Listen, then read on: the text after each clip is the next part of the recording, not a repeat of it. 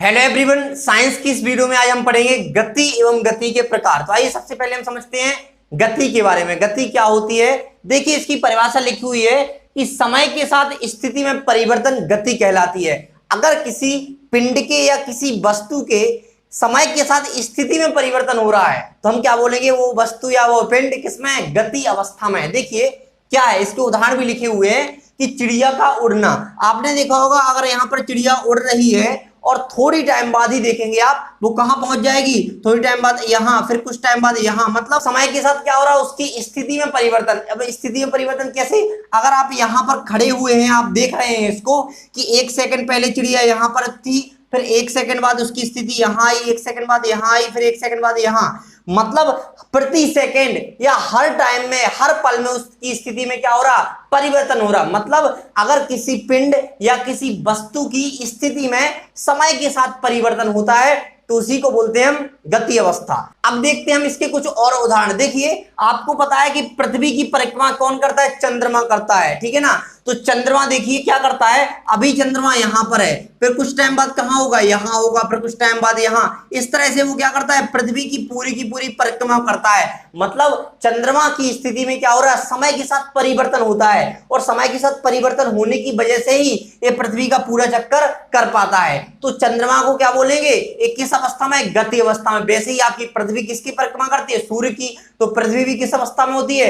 गति अवस्था में, क्योंकि पृथ्वी की स्थिति में समय के साथ परिवर्तन होता है। तो जिस वस्तु या जिस पिंड की स्थिति में समय के साथ कुछ ना कुछ परिवर्तन होता है या कुछ ना कुछ वो दूरी तय करते हैं तो उसको बोलते हैं हम उसकी गति। अगर बात करें हम इसके कुछ और उदाहरण, यहां पर लिखा है चिड़िया का उड़ना, कुत्ते का दौड़ना। कुत्ता अगर दौड़ रहा है तो आपने देखा, अगर कुत्ता पहले यहां दौड़ रहा है, फिर कुछ टाइम बाद आप यहां खड़े होकर देख रहे हैं, 1 सेकंड पहले कुत्ता यहां था, अगर दौड़ रहा है, फिर यहां पर पहुंचेगा, फिर यहां पर पहुंचेगा। मतलब प्रत्येक समय में, हर पल में उसकी स्थिति में क्या हो रहा है? परिवर्तन हो रहा है। इसलिए हम बोलेंगे कुत्ता अगर दौड़ रहा है तो किस अवस्था में? गति अवस्था में। मतलब ये क्या है? आपका गति का एक उदाहरण है।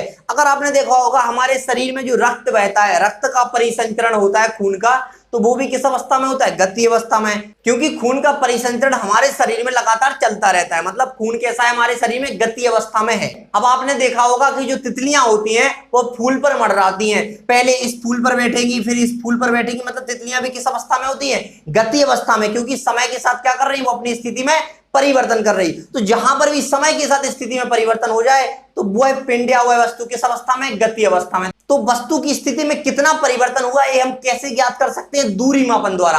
अगर कोई वस्तु आपकी गति अवस्था में है तो कुछ ना कुछ दूरी तय करेगी, और उसी दूरी को मापकर हम बता सकते हैं कि इसकी वस्तु की स्थिति में कितना परिवर्तन हुआ। जैसे आपकी एक चलती हुई कार है, यहां पर है वो 1 सेकंड पहले, फिर 1 घंटे बाद आपको यहां दिख रही है, तो इसकी हम दूरी माप लेंगे जितनी इसने तय की है, तो वही क्या हो जाएगी? इसकी स्थिति में परिवर्तन समय के साथ। इसके बाद हम पढ़ते हैं गति के प्रकार के बारे में। यहां पर गति के हम 3 प्रकार पढ़ेंगे। देखिए क्या होते हैं। पहला प्रकार क्या है?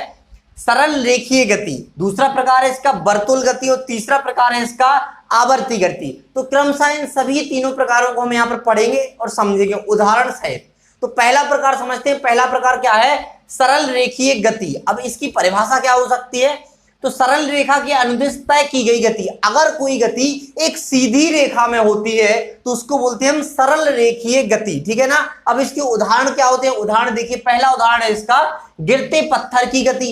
अगर कोई पत्थर ऊंचाई से गिरेगा तो बिल्कुल सीधा गिरता है। क्या करता है? बिल्कुल एक सीधी लाइन में गिरेगा, इस तरह से सीधी रेखा में गिरेगा, इसलिए हम इसको क्या बोलेंगे? सरल रेखीय गति। अब इसका हम दूसरा उदाहरण देखते हैं। दूसरा उदाहरण क्या है? सीधी सड़क पर कार की गति। अगर कोई सीधी सड़क है और उस पर कार चल रही तो सीधी सीधी जाएगी वो, तो इसको बोलेंगे हम सरल रेखीय गति। देखिए यहाँ पर बना हुआ है, ये हमने सीधा रोड बनाया है, सीधी सड़क बनाई है, और इस पर एक कार जाएगी तो वो बिल्कुल सीधी जाएगी, क्योंकि सड़क सीधी है तो सीधी उसकी गति होगी। तो इस तरह की गति, जहां पर कोई पिंड या कोई वस्तु सीधी गति करती है, एक सरल रेखा में गति करती है, उस गति को बोलते हैं हम सरल रेखीय गति। अब देखते हैं हम दूसरे प्रकार की गति। दूसरे प्रकार की गति क्या है? देखिए वर्तुल गति। अब वर्तुल गति की परिभाषा देखते हैं क्या है?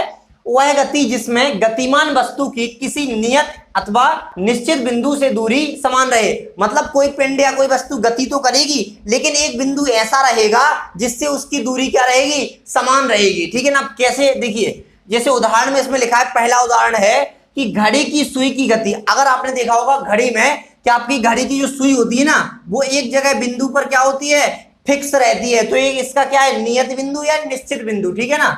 उसके बाद वो क्या करती है, इस प्रकार से गति करती है, चारों तरफ गति करेगी, इस तरह से गति करेगी, गोल गोल घूमेगी। तो इस प्रकार की गति को क्या बोलेंगे हम, वर्तुल गति। क्योंकि यहां पर आप देखिए घड़ी के जो सुई का सिरा है ना, इस सिरे की इस बिंदु से दूरी क्या रहेगी, सभी जगह समान रहेगी। अगर ये आपका घड़ी का सुई यहां पर भी आती है तो इसकी दूरी कितनी रहेगी, समान रहेगी। घड़ी के सिरे की दूरी और घड़ी के लिए निश्चित बिंदु की दूरी क्या होगी, हमेशा समान रहेगी। तो इस प्रकार की गति को क्या बोलते हैं हम, वर्तुल गति। अब आपने देखा बचपन में किया होगा कि एक पत्थर में हमने रस्सी बांधी और उसको हाथ से ऐसे घुमाते हैं तो वो पत्थर कैसे गोल गोल घूमता है रस्सी में बंधते हुए। तो आप देखेंगे कि आपके हाथ की दूरी और पत्थर की दूरी हमेशा समान रहेगी क्योंकि आप उसको ऐसे घुमाएंगे। तो इस प्रकार की गति क्या कहलाती है, आपकी वर्तुल गति, जहां पर किसी वस्तु की गतिक अवस्था में भी उसकी एक निश्चित बिंदु से दूरी क्या होती है, समान रहती है। ठीक है, अब देखते हैं हम तीसरे प्रकार की गति। तीसरे प्रकार की गति है आपकी आवर्ती गति। अब आवर्ती गति की हम परिभाषा देखते हैं। परिभाषा क्या है इसकी, एक निश्चित समय के बाद दोहराने वाली गति।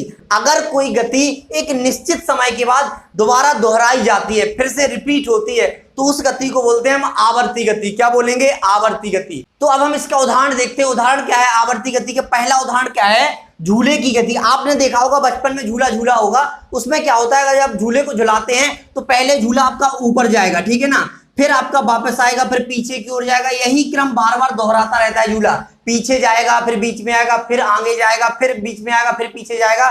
मतलब आपकी जो झूले की गति है ना वो बार बार क्या हो रही, समय के साथ बार बार दोहराई जा रही। तो इस प्रकार की गति को बोलते हैं हम आवर्ती गति। मतलब झूले की गति कैसी है आपकी, आवर्ती गति। अब इसका दूसरा उदाहरण देखिए, वृक्ष की शाखाओं का लहराना।